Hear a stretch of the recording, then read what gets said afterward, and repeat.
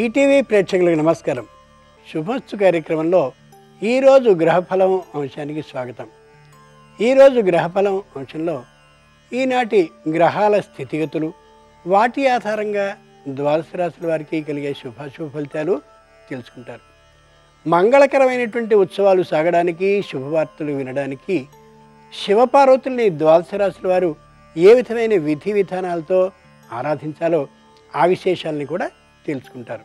ముందుగా నేటి పంచాంగం. స్వస్తి శ్రీ శార్వరనామ సంవత్సరం, దక్షిణాయనం, శరదృతువు, నిజ ఆశ్వయుజమాసం, బహుళపక్షం. ఈరోజు సోమవారం. సోమవారానికి అధిష్టాత సోముడు. ముత్యాన్ని ధరించడం వల్ల మానసిక ప్రశాంతత లభిస్తూ ఉంటుంది. తూములు కాలువలకు ఉన్నట్లయితే వాటన్నిటినీ ఏ విధమైన అడ్డు లేకుండా తొలగించడానికి, అలాగే చెరువులకి సంబంధించినటువంటి అడ్లు ఏవైనా తూముల్లో పడి ఉన్నట్లయితే వాటిని తొలగించడానికి అనుకూలమైనటువంటి వారం సోమవారం. ఈనాటి తిథి విదియ. విదియకి అధిష్టాత విధాత. సేవకజనుల్ని పనుల్లో పెట్టుకోవడానికి, స్వర్ణ ఆభరణాలని ధరించడానికి, అలాగే వెండికి సంబంధించినటువంటి ఆభరణాలని చేయించుకోవడానికి పురమాయించుకునేందుకు అనుకూలమైనటువంటి తిథి ఇది.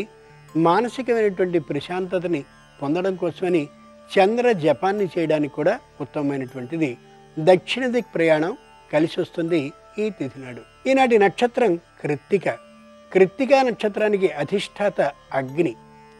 ధనాన్ని జాగ్రత్తగా దాచుకోవడానికి, అలాగే ముఖ్యులైనటువంటి వాళ్ళకి రుణాన్ని ఇయ్యడానికి, ఇంతకుముందు తీసుకున్నటువంటి అప్పుని తీర్చివేసుకోవడానికి అనుకూలమైనటువంటి నక్షత్రం ఇది.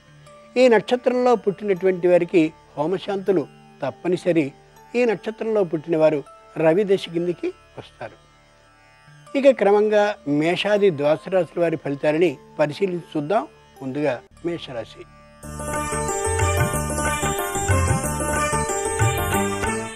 ఈరోజు మేషరాశి వారి ఫలితాలని పరిశీలించి చూస్తే స్త్రీలకి శారీరకమైనటువంటి శ్రమ ఉండే కారణంగా తల్లిని పిలుచుకుని ఆమె చేత ఇంట్లో సహాయాన్ని చేయించుకునే అవకాశం ఉంది. అది చాలా మంచిది. వ్యాపారాన్ని చేసేటటువంటి వారికి కొత్తదైనటువంటి ఉత్సాహం ఊపిరిలూతూ ఉంటుంది. తప్పక వ్యాపారాన్ని బాగా చేసుకోగలుగుతారు. వృత్తి చేసేటటువంటి వారికి శారీరకమైనటువంటి శ్రమ ఉన్నప్పటికీ కూడా సకాలంలో వృత్తి చేసి వస్తువుని అందించాలనే తపనతో ఉంటారు. ఇది ఎంతైనా ఆహ్వానించదగ్గ పరిణామం. ఉద్యోగస్తులైనటువంటి వారికి అంకిత భావంతో ఉండాలనే నిర్ణయం వారికే వస్తూ ఉంటుంది. వ్యావసాయిక రంగానికి చెందినటువంటి వారికి తాత్కాలికమైన నిరుత్సాహం ఉన్నప్పటికీ కూడా ధైర్యంతో ఆ పనిని పూర్తి చేసుకోగలుగుతారు. కార్మిక రంగానికి చెందినటువంటి వారు సుఖంగా పనిని చేసుకోగలుగుతారు. ఆర్థికమైనటువంటి ఆదాయం కోసం ఎక్కడ దొరుకుతుందా అనే అభిప్రాయంతో ఎదురు చూస్తూ ఉంటారు. ఈరోజు మేషరాశి వారి అదృష్ట సంఖ్య 6. ధరించవలసిన దుస్తుల రంగు తెలుపు. సోమవారం సందర్భంగా మేషరాశి వారి శివపార్వతుల్ని గంధజలంతో అభిషేకించినట్లయితే శుభవార్తను వినే అవకాశం ఉంది.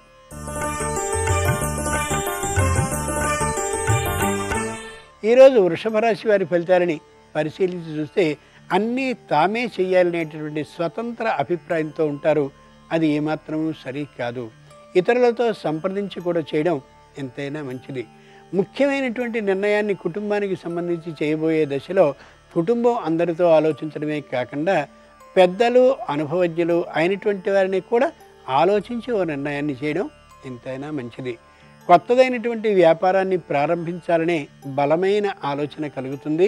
అంచేత వెంటనే ఆ ఆలోచనని అమలు చేసేయడం కాకుండా కొన్నాళ్ళు దాంట్లో అనుభవాన్ని సాధించాలనే ఆలోచనతో ఉండడం ఎంతైనా అవసరం. వ్యాపారాన్ని చేసేటటువంటి వారికి ముడిసరుకు కోసం వెంటనే సొమ్ముని ఇచ్చివేయడం కాకుండా రుణం మీద వ్యాపారాన్ని చేయడం తాత్కాలికంగా ఎంతైనా అవసరం.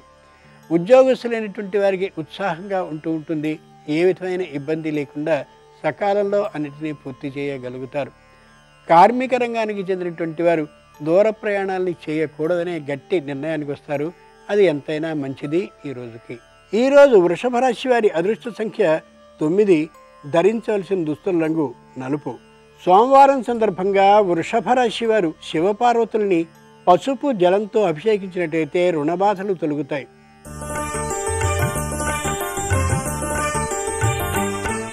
ఈరోజు మిథున రాశి వారి ఫలితాలని పరిశీలించి చూస్తే కళత్రభావం అంటే భార్యతో భర్తతో మధ్యలో చిన్నదైనటువంటి విరోధం వచ్చే అవకాశం ఉంది. కాబట్టి తాత్కాలికంగా మితంగా మాట్లాడుకోవడం ఎంతైనా అవసరం. ఉండేటటువంటి వాహనాన్ని అమ్మి కొత్త వాహనాన్ని కొనుక్కోవాలి, లేదా ఉంటున్నటువంటి ఇంటిని అమ్మి వేరే ఇంటిని కొనుక్కోవాలి వంటి ఆలోచనల్ని చేయడం ఏమాత్రమూ సరి కాదు.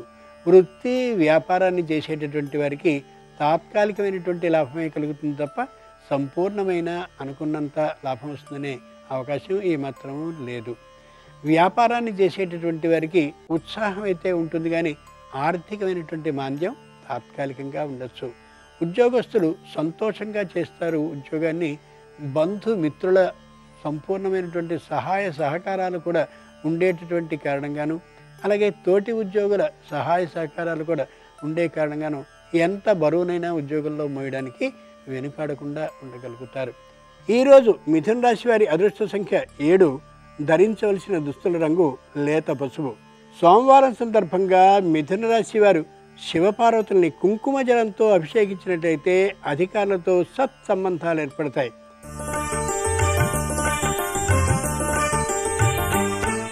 ఈరోజు కర్కాటక రాశి వారి ఫలితాలని పరిశీలించి చూస్తే ఎన్నెన్నో పనుల్ని చెయ్యాలి అని అనుకుంటారు. దాదాపుగా ఏ పనిని కూడా పూర్తి చేయలేకపోతారు. మెల్లగా మాత్రం ప్రతి పని ప్రారంభిస్తూ వెడతారు. వ్యాపారాన్ని చేసేటటువంటి వారు వ్యాపార విస్తరణ కోసం ఈ రోజు అంతా ప్రయత్నాన్ని చేస్తూ ఉంటారు. కొంత ఫలించే అవకాశం గోచరిస్తోంది. వృత్తిని చేస్తూ ఉండేటటువంటి వారికి ముడిసరుకు బాగా వచ్చే అవకాశం ఉంది. ఈ రోజున దాన్ని సరైనటువంటి తీరులో వినియోగించుకోవడం ఎంతైనా అవసరం. రుణాన్ని చేయడం ఏమాత్రమూ సరికాదు. ఇంతకుముందు ఎవరికైనా రుణాలని కానీ ఇచ్చుంటే ఆ బాకీల్ని వసూలు చేసుకునేందుకు తగినటువంటి ప్రయత్నాన్ని చేస్తే ఈరోజు కొంత సఫలమయ్యేటటువంటి అవకాశం కనిపిస్తోంది. కార్మిక రంగానికి చెందినటువంటి వారు శారీరకమైనటువంటి శ్రమని శరీరం తట్టుకోగలిగినంత మాత్రమే చేయడం మంచిది.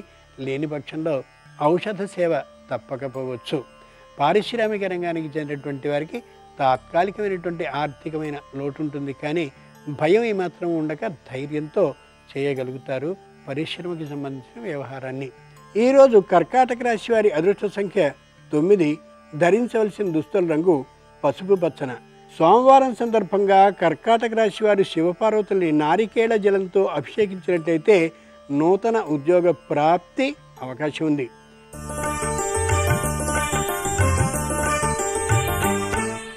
ఈరోజు సింహరాశి వారి ఫలితాలని పరిశీలించి చూస్తే చెప్పలేనంతటి భరోసా కనిపిస్తూ ఉంటుంది. వాగ్దానాల్ని చేసేస్తూ కనిపిస్తూ ఉంటారు. దేన్నైనా చేయగలననేటువంటి ధైర్యంతో మాట్లాడే తీరు కనిపిస్తూ ఉంటుంది. అది ఏమాత్రమూ సరికాదు. ఇంతకుముందు ఏదైనా ఎక్కడైనా విరాళాలను తీసుకుని ఉన్నట్లయితే వాటికి సంబంధించిన లెక్కల్ని చూపించని పక్షంలో నిందాపాత్రులయ్యే అవకాశం గోచరిస్తోంది. రుణాన్ని కానీ తీసుకున్నట్లయితే ఎంత రుణాన్ని తీసుకున్నారో, ఎంత వడ్డీతో అయిందో వంటివి స్పష్టంగా అవగాహనతో లేనటువంటి పక్షంలో ఇబ్బందికి ఎదురయ్యే అవకాశం గోచరిస్తోంది. ఆర్థికమైనటువంటి లావాదేవీలని ఈరోజు చేయకపోవడం మంచిది. ఆర్థికమైన లావాదేవీలే చేయవలసి వస్తే మధ్యవర్తి సాక్షిగా చేసుకోవడం ఎంతెంతైనా అవసరం. ముఖ్యంగా వ్యవసాయ భూముల్ని అమ్మాలి, అలాగే ఇంటిని, అలాగే స్థిరమైనటువంటి ఆస్తుల్ని వీటినైనా అమ్మాలి అనే ఆలోచన కానీ ఉన్నట్లయితే ఆ ఆలోచనని తాత్కాలికంగా వాయిదా వేసుకోవడం ఎంతైనా మంచిది. ఈరోజు సింహరాశి వారి అదృష్ట సంఖ్య 7. ధరించవలసిన దుస్తుల రంగు నీలం. సోమవారం సందర్భంగా సింహరాశి వారు శివపార్వతుల్ని గోక్షీరంతో అభిషేకించినట్లయితే నూతన గృహ యోగం ఉంది.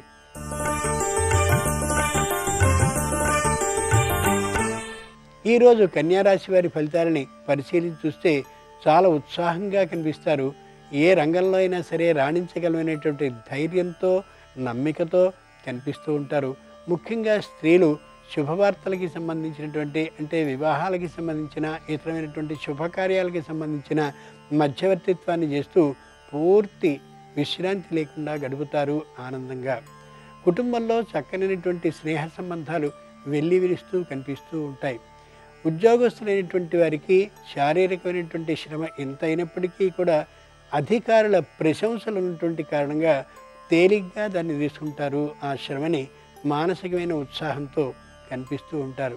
వ్యవసాయ రంగానికి చెందినటువంటి వారికి ఆర్థికమైనటువంటి శ్రమ అనిపించినప్పటికీ కూడా ఇది నా క్షేత్రమే కదా అనేటువంటి ధైర్యంతో చేస్తారు తప్ప నిరుత్సాహ భావమే వారిలో గోచరించదు. కార్మిక రంగానికి చెందిన వారు విశ్రాంతి కోసం ప్రయత్నం చేస్తారు, విశ్రాంతిని పొందుతారు, వినోద విహారయాత్రల్ని చేయాలనేటటువంటి ఆలోచనకు కూడా రావచ్చు. ఈరోజు కన్యారాశి వారి అదృష్ట సంఖ్య 5, ధరించవలసిన దుస్తుల రంగు ఎరుపు. సోమవారం సందర్భంగా కన్యారాశి వారు శివపార్వతుల్ని పుష్పజలంతో అభిషేకించినట్టయితే నూతన వాహన ప్రాప్తి ఉంది.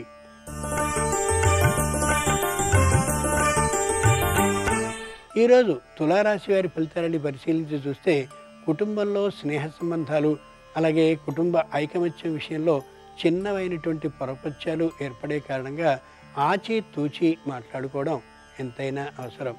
ఇంట్లో ఉన్న తండ్రికో తల్లికో వృద్ధులైనటువంటి పక్షంలో తాత్కాలికమైనటువంటి అనారోగ్యం గోచరించే అవకాశం ఉంది. కాబట్టి ఎవరో ఒకరు రోజంతా పట్టించుకుంటూ ఉండడం మంచిది.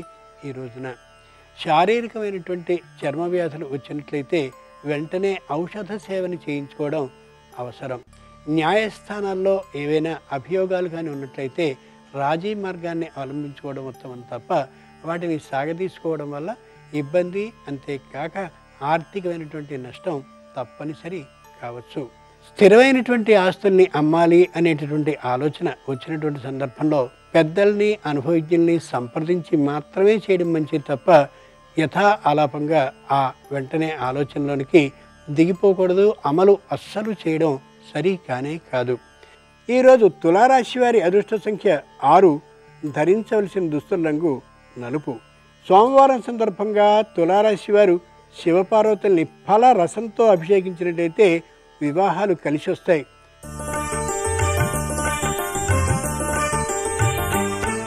ఈరోజు వృశ్చిక రాశి వారి ఫలితాలని పరిశీలించి చూస్తే స్థాన చలనం చేయాలనేటటువంటి ఆలోచనతో ఉంటారు.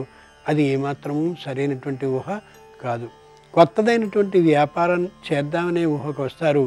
అది కూడా సరైనటువంటి ఆలోచన కానే కాదు. తాము ఏ అధికారి కింద పనిచేస్తూ ఉన్నారో ఆ అధికారి మార్పు కావచ్చును.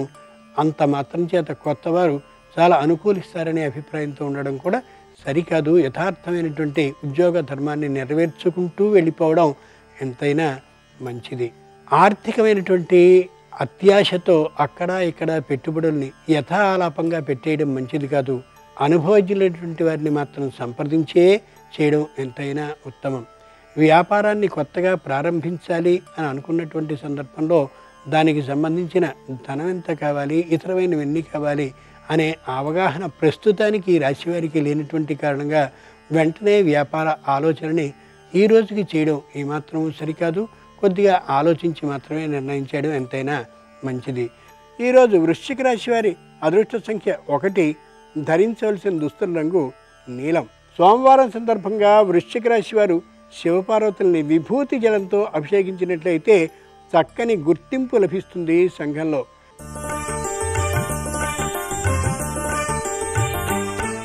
ఈరోజు ధనురాశి వారి ఫలితాలని పరిశీలించి చూస్తే ఉత్సాహంగా ఉంటారు. అన్నీ స్వతంత్రంగా చేసుకోగలుగుతున్నాననేటటువంటి నమ్మకంతో ఉంటారు. దానివల్ల కుటుంబ సభ్యులలో చిన్న పొరపత్యాలు వస్తున్నాయనే విశేషాన్ని చెప్పినప్పటికీ కూడా గమనించుకోలేకపోవచ్చు.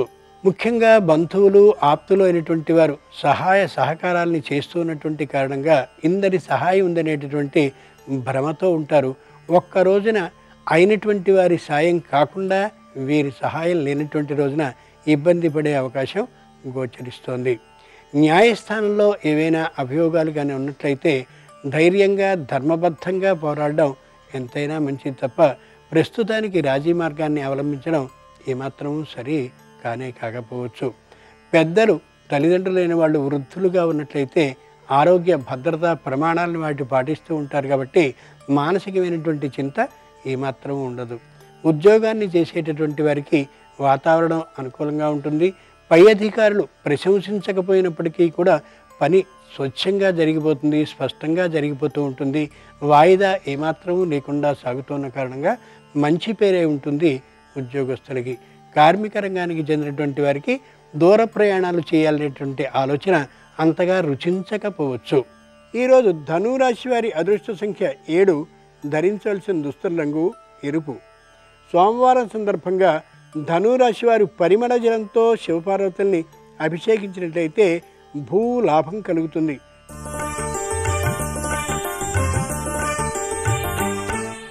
ఈరోజు మకర రాశి వారి ఫలితాలని పరిశీలించి చూస్తే ఆర్థికమైనటువంటి లోటు కారణంగా స్థిరమైనటువంటి ఆస్తిని అమ్మకానికి పెడితే బాగుంటుందేమో అనే ఓ ఆలోచన వస్తుంది.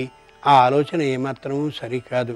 ఆప్తులు, మిత్రులు, బంధువులు అయినటువంటి వారితో ఒకసారి సంప్రదించి చూస్తే తప్పక తలో చెయ్యి సహాయాన్ని వేసే అవకాశం గోచరిస్తోంది. వ్యాపారం ఏమాత్రం ఉన్నతంగా లేకపోవచ్చు, కానీ మెల్లగా వ్యాపారం పుంజుకునే అవకాశం ఉందనే యథార్థాన్ని గుర్తించగలగాలి. వృత్తి తాత్కాలికంగా నిరుత్సాహకరంగా ఉండొచ్చు, కానీ మెల్లగా వృత్తి పెరుగుతుంది, ఆదాయాన్ని ఇస్తుంది అనే నమ్మకంతో ఉండడం అవసరం. ఉద్యోగస్తులైన వారికి ఉద్యోగాన్ని మార్చుకుందామనేటువంటి ఆలోచన కలుగుతుంది. అది ప్రస్తుతానికి ఏమాత్రం సరైనటువంటి ఆలోచన కాదు. ఈ వ్యవసాయ రంగానికి చెందినటువంటి వారికి క్షేత్రానికి సంబంధించిన మరమ్మతుల్ని చేయడానికి, అలాగే ఔషధాలని కొనడానికి తగినంత సొమ్ము లేకపోవచ్చు. ప్రయత్నిస్తే సహాయపడేటువంటి అవకాశం తప్పక ఉంది కాబట్టి అలాంటి ప్రయత్నాలను చేయడం మంచిది. అవసరమైతే రుణాన్ని తీసుకోవడం కూడా మంచిదైనటువంటి ఆలోచనే. ఈరోజు మకర రాశి వారి అదృష్ట సంఖ్య 5. ధరించవలసిన దుస్తుల రంగు పసుపు పచ్చన. సోమవారం సందర్భంగా మకర రాశి వారి శివపార్వతుల్ని తేనెతో అభిషేకించినట్లయితే ఆరోగ్య స్వస్థత చేకూరుతుంది.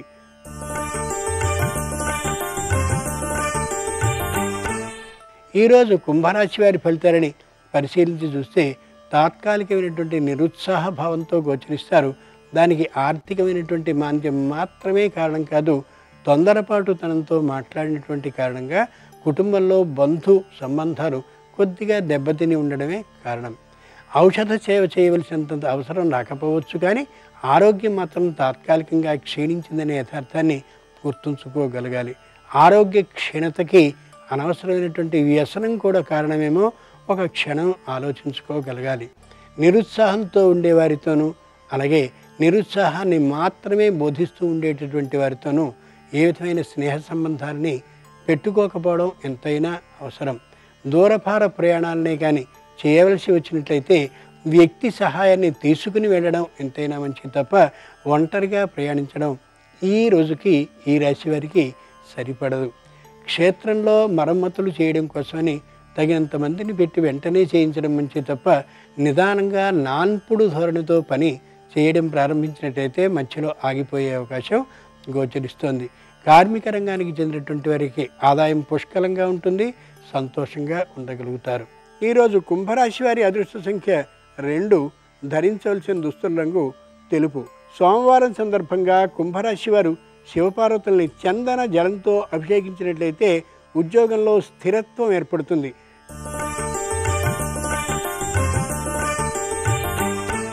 ఈరోజు మీనరాశి వారి ఫలితాలని పరిశీలించి చూస్తే ఆనందంగా గడపగలుగుతారు.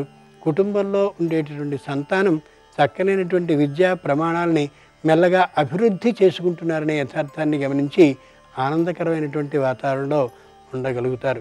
విద్య కంటే వేరైనటువంటి చిత్రలేఖనం, అలాగే క్రీడలు, సంగీతం, వాద్య సహకారం మొదలైన వాటిల్లో వారి ప్రవేశం ఉండేలాగా ప్రయత్నించడం ఏమాత్రం సరికాదు.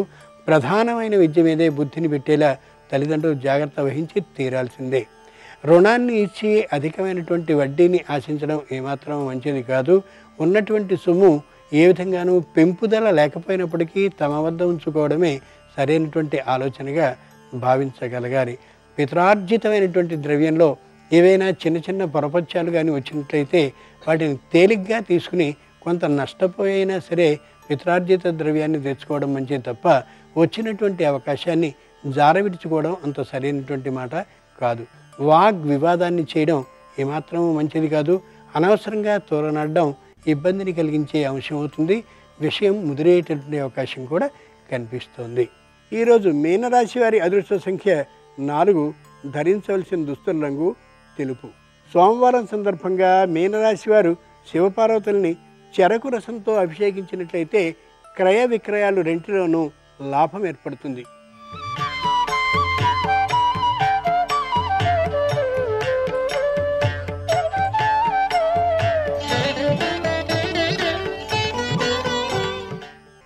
శుభమస్తు కార్యక్రమంలో గృహబలం అంశానికి స్వాగతం. ఒక ఇంటి నిర్మాణంలో ప్రతి ఒక్కరూ కూడాను ఆచరించవలసినటువంటి విధి విధానాల గురించి చెప్పుకుంటూ ఉన్నటువంటి ఈ శుభ తరుణంలో ఇంటికి ద్వారబంధాల అమరిక ఎలా అమర్స్తే వాస్తుశాస్త్రరీత్యా చక్కగా ఉంటుంది. ఈ ద్వారాలు అమరిక విధానంలో దిశల యొక్క ప్రభావం మెండుగా ఉంటుంది. ఎప్పుడూ కూడాను గృహంలోకి వచ్చేటప్పుడు ఏ దిశగా మనం నడక సాగిస్తూ ఉన్నామో అన్న దానిపైనే ద్వారాల యొక్క అమరిక అనేటువంటిది ఆధారపడి ఉంటుంది సుమా. గృహంలో ఉత్తర ఈశాన్యం నుంచి దక్షిణం వైపుకు, దక్షిణ ఆగ్నేయం నుంచి ఉత్తర ఈశాన్యం వైపుకు నడక గనక సాగించటం శుభకరమైనటువంటి చక్కటి ఫలితాలను ప్రసాదిస్తుంది అంటోంది వాస్తుశాస్త్రం. పడమర వాయవ్యం నుంచి తూర్పు ఈశాన్యం వైపుకు నడక సాగించటం మంచి సత్ఫలితాల్ని ప్రసాదిస్తుంది. ఇందుకు అవసరమైనట్లుగా ఉత్తర దక్షిణ భాగాల మధ్యలో ద్వారాలను ఏర్పాటు చేసుకోవాలి. తూర్పు పడమర భాగాల మధ్యలో కూడా ద్వారాలను ఏర్పాటు చేసుకోవచ్చు.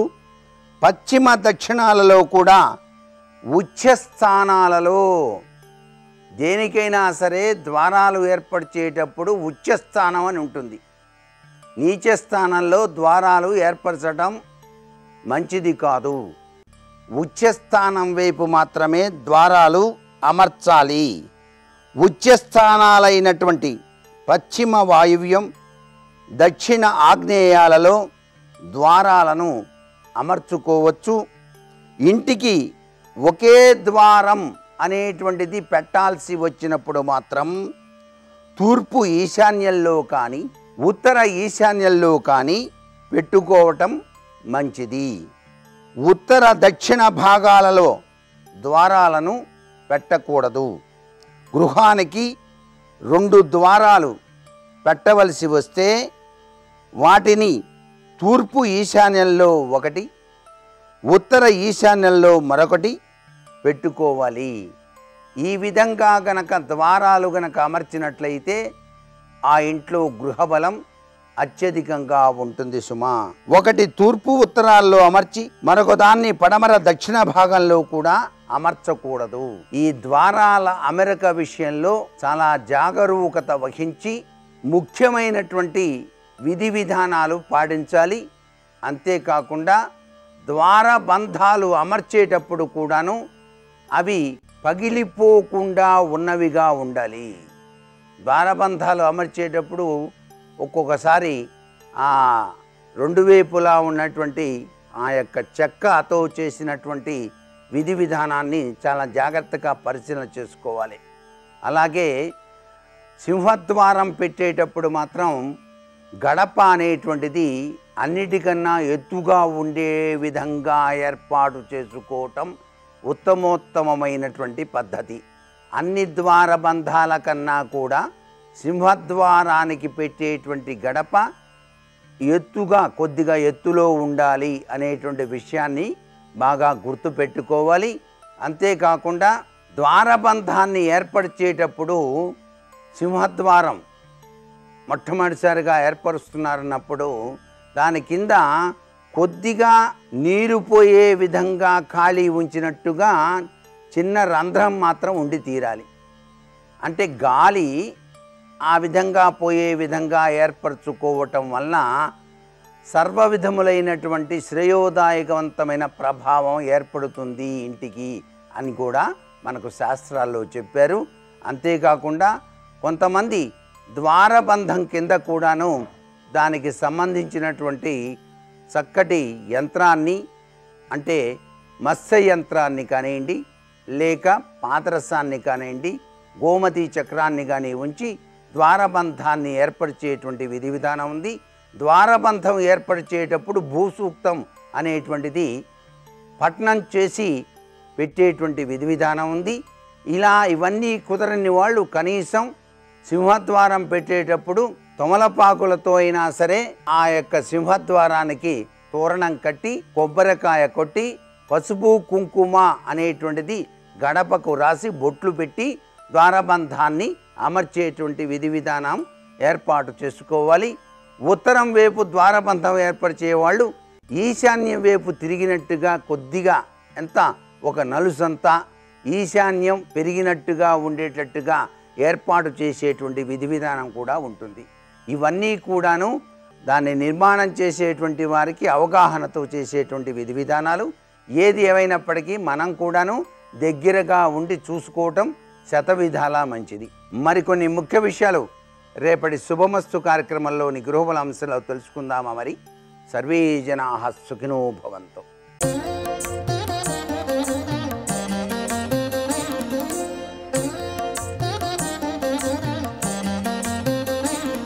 శుభోదయం. శుభమస్తు కార్యక్రమంలో సంకల్ప సిద్ధి అనే అంశానికి స్వాగతం. సంకల్పాలు అనేకం చేస్తూ ఉంటాం. ఆ సంకల్పాలు విజయవంతం కావాలి. శత్రుత్వ గుణాలపైన మనకు విజయం కావాలి, ధనం కావాలి. ఏ విధమైన సంకల్పం చేస్తే ధనాన్ని పొందగలుగుతాం. అందులోనూ ఆర్థికపరమైన లాభాలు తెచ్చిపెట్టేటటువంటి ఆశ్వీజ మాసములో బహుళ పక్షంలో చేసేటటువంటి ఈ సంకల్పం ధనదాయకమై ఉండాలి.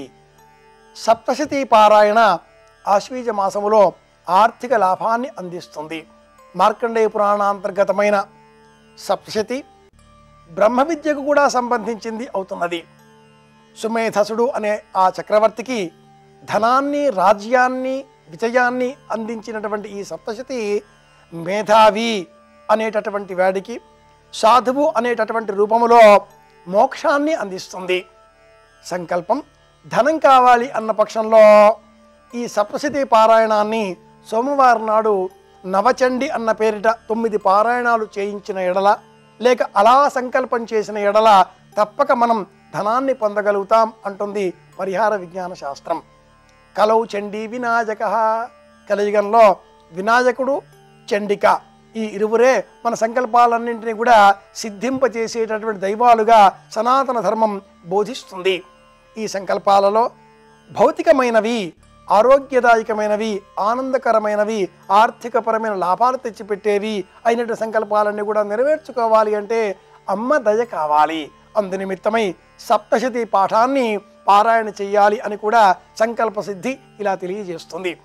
మార్కండేయ పురాణాంతర్గతమైనటువంటి ఈ సప్తశతి ఎంత బహుళమైనదో, ఎంత బలమైనదో, అలాగే అంతకంటే కూడా గొప్పనైనటువంటి బ్రహ్మాండ పురాణాంతర్గతమైన దేవీ మహాత్మ్యము ధనాన్ని, విజయాన్ని రెండింటినీ చేకూర్చి పెడుతుంది. రెండింటిలో కూడా దుర్మార్గ భావనలపైన అమ్మ సాధించిన విజయాలే వర్ణింపబడి ఉన్నాయి. 13 చరిత్రలలో వచ్చేటటువంటి సప్తశతి పాఠాంగములను మనం పరిశీలన చేస్తే ఆరోగ్యం, ఆనందం, ఐశ్వర్యం మూడింటి కలయిక ఈ పాఠములో మనం గుర్తించవచ్చు. వీటికి మూలం ఒక్కటే, అది సంకల్పం. ఈ సంకల్పం నవచండి పారాయణ అన్న సంకల్పం చేస్తే ఒక్కరోజులో 9 కాకపోవచ్చును కాబట్టి నేటి నుంచి 9 రోజుల పాటు ప్రతిరోజు కూడా ఒక పారాయణ అన్నట్లుగా సంకల్పం చేద్దాం. లేదా నేటి నుంచి 9 సోమవారాలు అన్నట్లుగా సంకల్పం చేద్దాం. సంకల్పం ఏదైనా అనుకునేది మనమే. ఈ అనుకునే సంకల్పం పరిపూర్ణం చేసేది కూడా మనమే. అనుకునేది మనమే అయినప్పుడు ఆ అనుకున్న ఆ సంకల్పాన్ని, ప్రణాళికను అమలు చేసే సమయంలో వచ్చేటటువంటి ఒడిదుడుకులు తట్టుకుంటూ ఎలా ప్రణాళికని రచించుకున్నామో అలా అమలు చేసే బాధ్యత కూడా మన మీదే ఉంటుంది. కాబట్టి అలా అమలు చేస్తేనే సంపూర్ణంగా విజయం సాధించగలుగుతాం. అనుకోవడం సంకల్పం. ఆ సంకల్పాన్ని సిద్ధింపజేసుకోవడం కోసం అమలు చేయాలి. అమలు చేసే సమయంలో వచ్చేటటువంటి ఒడిదుడుకులు, సాధక బాధకాలు, కష్ట నష్టాలు అన్నింటినీ కూడా ఎదుర్కొనేటటువంటి మనోబలాన్ని మనం పెంపొందింపజేసుకోవాలి. ఇందుకు అమ్మ దయ కావాలి. సంకల్పాలు చేయడం చాలా సులభం. ఎన్నో చేద్దామండి అనుకుంటూ ఉంటాం మనమంతా కూడా. అలా అనుకున్నాం చేద్దామండి, ఇలా అనుకున్నాం చేద్దామండి, ఎన్నో అనుకుంటూ ఉంటామండి. అనుకున్నది అమలు చేసేది ఎప్పుడు? అమలు చేయడంలో ఆలస్యం ఘటిస్తే అసలుకే మోసం వస్తుంది. అలా కాకుండా అనుకున్నది అనుకున్న పక్షంలో వెంటనే అమలు చేయాలి అంటే ఆ సంకల్పం బలంగా ఉండాలి. చేసేటటువంటి పనులు 4 విధాలు అంటుంది సనాతన ధర్మం. 4 విధాలేమిటి అంటే, ఒక పని ఈరోజు చెయ్యాలి, లేక ఈ పని రేపు చేయవచ్చు. ప్రధానంగా ఆ పనికి 2 విధాలుగా వర్గీకరించిన సనాతన ధర్మం ఈరోజు చెయ్యాలి అన్న పనిని ఇప్పుడే చెయ్యాలి, తర్వాత చెయ్యాలి అని మళ్ళీ పునః 2గా విభజిస్తుంది. రేపు చేయవచ్చు అన్న పనిని రేపు చేయవచ్చు, లేక ఆ తర్వాత చేయవచ్చు అని మళ్ళీ 2గా విభజిస్తుంది. మొత్తం మీద చెయ్యవలసిన పని 4గా విభజించిన సనాతన ధర్మం ఈరోజు ఇప్పుడు చేయవలసిన అవశ్యమన భోక్తవ్యం, ఆలస్యం లేకుండా వెంటనే ఆరంభం చెయ్యాలి అని కూడా హెచ్చరిస్తుంది. దైవం మన పనిని చేసి పెట్టదు, మనమే చేసేటట్లుగా ప్రోత్సహిస్తుంది. అందుకోసమే మనం వివిధములైన పరిహారాలను అనుసరిస్తూ ఉంటాం, పాటిస్తూ ఉంటాం.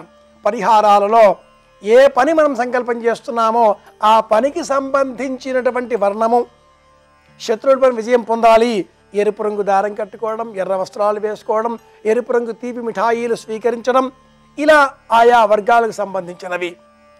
ఇంటికి సంబంధించిన పరిహారాలలో తీపి పదార్థాలలో తెల్లనివిగా స్వీకరించడం, విద్యకు సంబంధించినవి పసుపుగా స్వీకరించడం, ఇలా పరిహారాలన్నీ కూడా వీలైనంత మట్టుకు ఆయా వారాధి దేవతలకు, ఆయా పనులకు, కార్యక్రమాలకు అనుబంధించినవే అవుతాయి.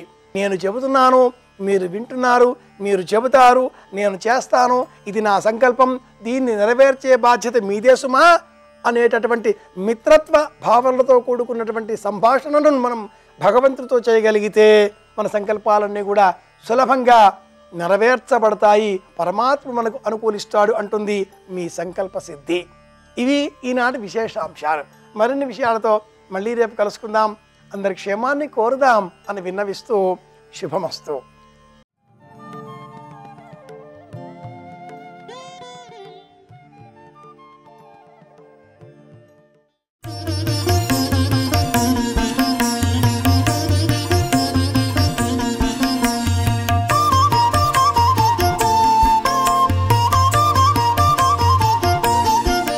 కాంచీపురం అమ్మవారి యొక్క పాతివ్రత్యానికి, లోకమంతా నేర్చుకోవలసినటువంటి ఒక పాఠానికి నిదర్శనంగా నిలబడేటటువంటి క్షేత్రం.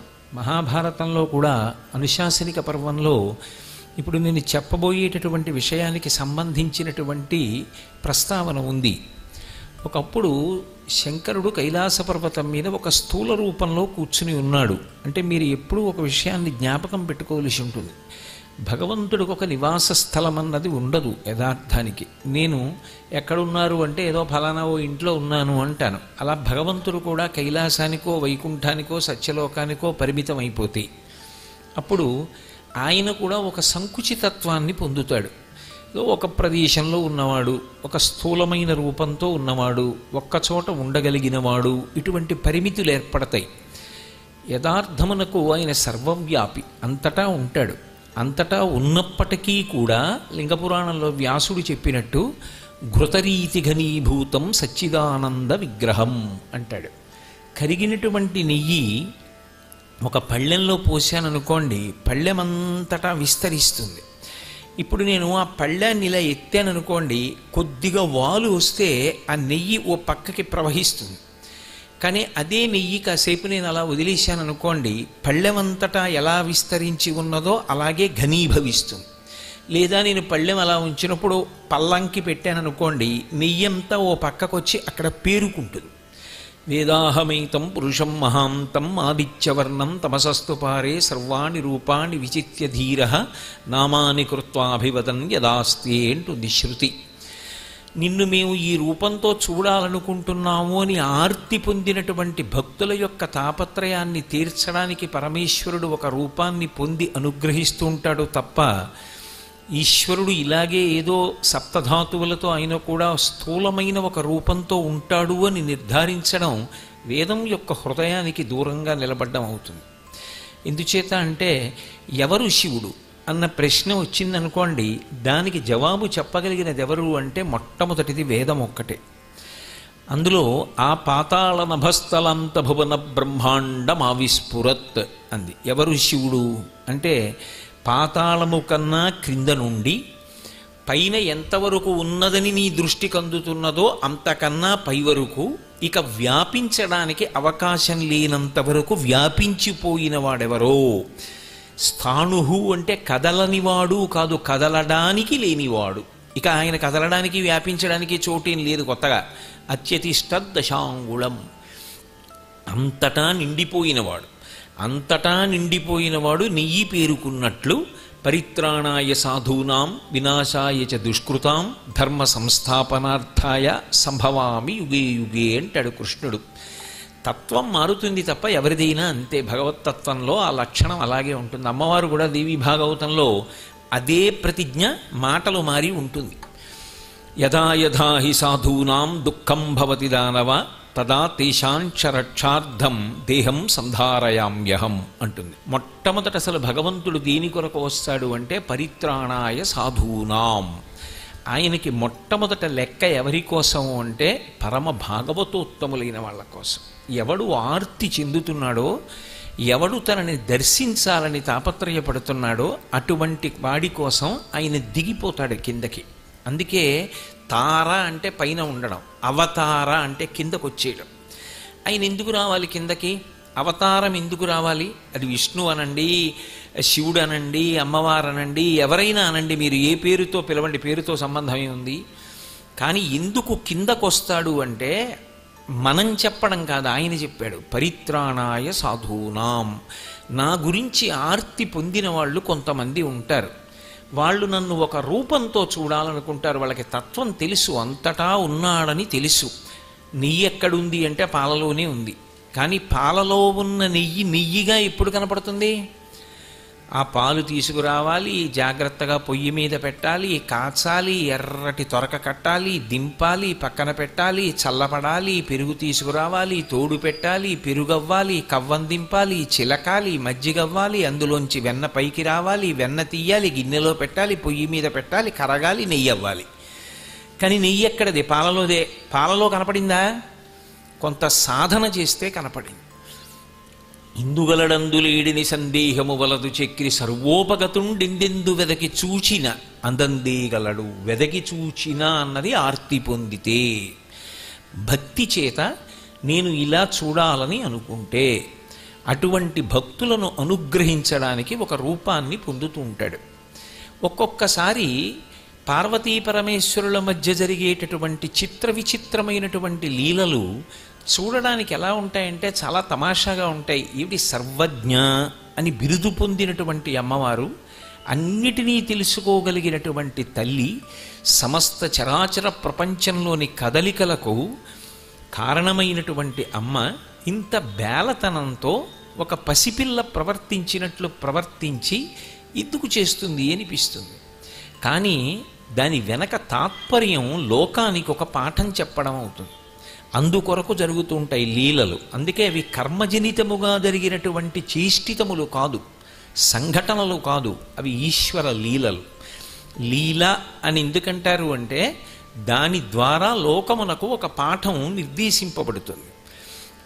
ఒకనాడు కైలాసంలో శంకరుడు ఒక స్థూల రూపంతో కూర్చుని ఉన్నాడు. స్థూల రూపం అని నేను అన్నప్పుడల్లా మీరు గుర్తుపెట్టుకోవాలి, పేరుకున్న నెయ్యి అని. అమ్మవారు కూడా అంతే, పేరుకున్న నెయ్యి ఒక రూపాన్ని పొందింది. శంకరుడు కూర్చుని ఉండగా ఆమె భార్యగా సంకేతింపబడుతుంది, శక్తి స్వరూపం కాబట్టి. ఆవిడకు ఒక విచిత్రమైన ఆలోచన వచ్చింది. శంకరుడు కూర్చునుండగా వెనక నుంచి వచ్చింది. అంటే వెనక నుంచి వస్తే గమనించలేడని అని నేను అన్నాను అనుకోండి. శంకరుడికి వెనక నుంచి వస్తే తెలియదు అంటే అంతకన్నా అమాయకమైన ప్రతిపాదన లోకంలో ఇంకోటి ఉంటుందా? కాదు, అది లీల. లీలని లీలగా అంటే లోకమునకొక పాఠం ఉన్నది అని గుర్తుపెట్టుకోవాలి. ఆవిడ వెనక నుంచి వచ్చింది. ఎందుకు వచ్చింది అంటే రావచ్చు, తప్పే ఉంది, వెనక నుంచి వస్తే తప్పే ఉంది. రావడంలో దోషం కాదు, ఆవిడ ఎందుకు ఒక భావన కలిగింది. ఏమిటా భావన అంటే భార్యా సంబంధమైన ఆలోచన ఒకటి వచ్చింది. మా ఆయనకి వెనక నుంచి వచ్చి రెండు కళ్ళు మూస్తే ఎవరు మూశారు చెప్పగలుగుతాడా? ఎవరు శంకరుడు యొక్క ముఖాన్ని ముట్టుకుని రెండు కళ్ళు ముయ్యగలిగినది అని వెనక నుంచి వచ్చి ఆవిడ రెండు కళ్ళు మూసి 2 కళ్ళు మూయడం అంటే 2 చేతులు అడ్డు పెట్టింది కళ్ళకి. అడ్డు పెడితే లోకమంతా బాధ పొందింది అన్నారు. ఇది మహాభారతంలో అనుశాసనిక పర్వంలో కూడా ఉంది. లోకమంతా బాధని పొందింది. మీరు ఇప్పటికీ ఏకాంబరేశ్వర ఆలయానికి వెడితే ఇదే ఉంటుంది. దేవాలయంలో శివలింగానికి ఎదురుగుండా ఉన్న స్తంభాల మీద ఈ గాథ చెక్కబడి ఉంటుంది. ఆవిడ 2 కళ్ళు మూస్తే లోకములకు బాధ కలిగింది. ఎందుకు బాధ కలిగింది అంటే శారీరకమైనటువంటి బాధ, మనోసంబంధమైనటువంటి బాధ, ఈ 2 కలిగాయి. ఇవి భగవంతుడికి ప్రధానములే. ఇంతకన్నా ప్రధానమైన బాధ ఒకటి కలిగింది. ఏమిటి ఆ బాధ అంటే ధర్మమునకు ఇబ్బంది ఏర్పడి. ఆయన దేని గురించి పాకులాడతాడంటే ధర్మం గురించి ఆలోచన చేస్తూ ఉంటాడు. ధర్మ సంరక్షకుడు ఎవరు అంటే భగవంతుడి. విష్ణుతత్వం ఎంత గొప్పగా ధర్మం గురించి మాట్లాడుతుందో శివతత్వం అయినా పేరు మారుతుంది, కానీ అంతే.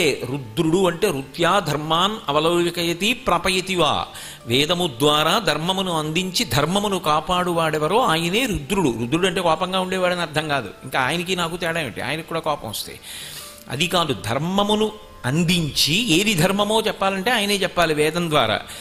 ఆ ధర్మమును పట్టుకున్న వాణ్ణి రక్షించి ధర్మమునందు అనురక్తి కల్పించేవాడెవరో ఆయన పరమేశ్వరుడు. అదే అమ్మవారైతే ధర్మిణి, ధర్మవర్ధిని. ఆ తల్లి కన్నులు మూస్తే లోకమునకు బాధ కలిగింది. ఎందుచేత అంటే ఆవిడ చేతులు తీసేసిన తరువాత శంకరుడు చెప్పాడు, పార్వతి స్థూల రూపంతో ఉన్న నన్ను చూసి నువ్వు శివుడు ఇంతే అనుకుని కళ్ళు మూసావు. అంటే ఆవిడికి తెలియదని కాదు, లీల. బాగా జ్ఞాపకం పెట్టుకోవాలి. నాకు ఏది జరుగుతుందో అది లోకమునకు జరుగుతుంది.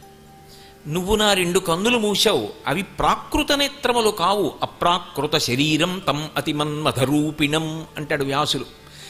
అది ఏదో పాంచభౌతికమైన శరీరం కాదు, అప్రాకృత శరీరం తం. అది దివ్యమైనటువంటి శరీరం. సూర్యచంద్రులిద్దరూ ఆయనకి కన్నుల స్థానం. అది విష్ణుతత్వంగా చెప్పండి, శివతత్వంగా చెప్పండి, అమ్మవారని చెప్పండి, వాళ్ళ కన్నులు ఎవరు అంటే సూర్యచంద్రులు. సూర్యచంద్రౌచ నేత్రే అంటాం విష్ణు సహస్రం పీఠికలో. పరమశివుడైతే వందే శంభుముమాపతిం సరగురుం వందే జగత్కారణం వందే పన్నగభూషణం మృగధరం వందే పశూనాం పతిం వందే సూర్య శశాంక వహ్ని నయనం అంటారు. సూర్యుడు, చంద్రుడు, అగ్ని ఆయన నేత్రములు. నువ్వు నా కన్నులను మూసిన కారణం చేత సూర్యచంద్రులిద్దరి యొక్క ప్రకాశము లోకమునకు అందలేదు. అకస్మాత్తుగా చంద్రుడు లేడు, సూర్యుడు లేడు. అసలు మనకి కాల విభాగం అంతా వాళ్ళిద్దరి కదలిక మీద ఆధారపడుతుంది. సూర్యుడు ఉదయిస్తున్నాడు అనుకోండి, ప్రాతః సంధ్య, అప్పుడు ధర్మం ఉంటుంది. మాధ్యాహ్నిక సంధ్య, అప్పుడు ఒక ధర్మం ఉంటుంది. సాయంకాలం ప్రదోష వేళ, అప్పుడు ఒక ధర్మం ఉంటుంది. చీకటి పడిపోయింది, అప్పుడు ఒక ధర్మం ఉంటుంది. కాలాన్ని అనుసరించి ధర్మాన్ని నిర్వహిస్తారు.